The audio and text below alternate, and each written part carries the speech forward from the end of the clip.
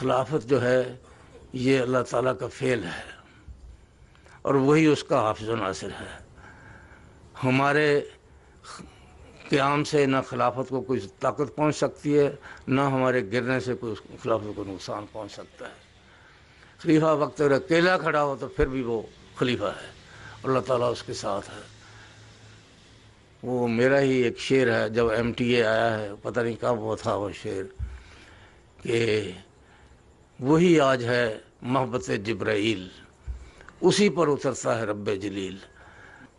ہم میں سے ہر شخص اپنے دل میں جھانک کر دیکھے، کیا ہم اہل ہیں یہ کہلانے کے کہ حضور ہم آپ کے ساتھ کھڑے ہیں اور آپ کے برابر کھڑے ہیں؟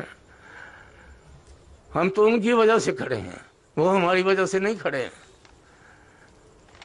تو یہ اگر کسی کے دل میں خدا نخواستہ یہ خیال ہو تو اس کو خیال نکال دینا چاہیے۔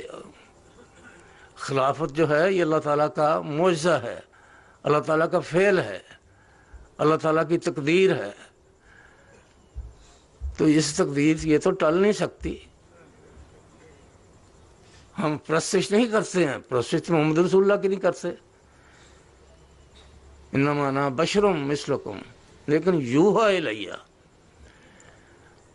بشر ہیں، دیکھنا کہیں اور نہ کچھ سمجھنا، بشر ہیں، کہہ دو لوگوں کو، لیکن کیا کہ مجھے اللہ تعالیٰ کے ساتھ میرا تعلق ہے، وہی ہوتی ہے، اور وہی تعلق یہاں موجود ہے۔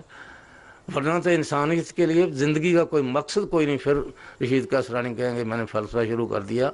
بات یہ ہے کہ اس کے بغیر تو زندگی کا کوئی مقصد ہی نہیں بنتا۔ میں علی وجہ البصیرت کہتا ہوں، مجھے بھی کچھ موقع ملا ہے بڑے بڑے فلسفیوں کو پڑھنے کا، اور جو ماڈرن ہیں خاص طور پر ان میں سے ایک بھی ایسا نہیں جس کو یہ یقین ہو کہ جو میں کہہ رہا ہوں یہ میں ٹھیک کہہ رہا ہوں۔ تو یہ تو اللہ تعالیٰ کا ہم پر احسان ہے کہ پتہ نہیں اس کو کون سا عیب ہمارا پسند آ گیا کہ ہمیں اکٹھا کر دیا۔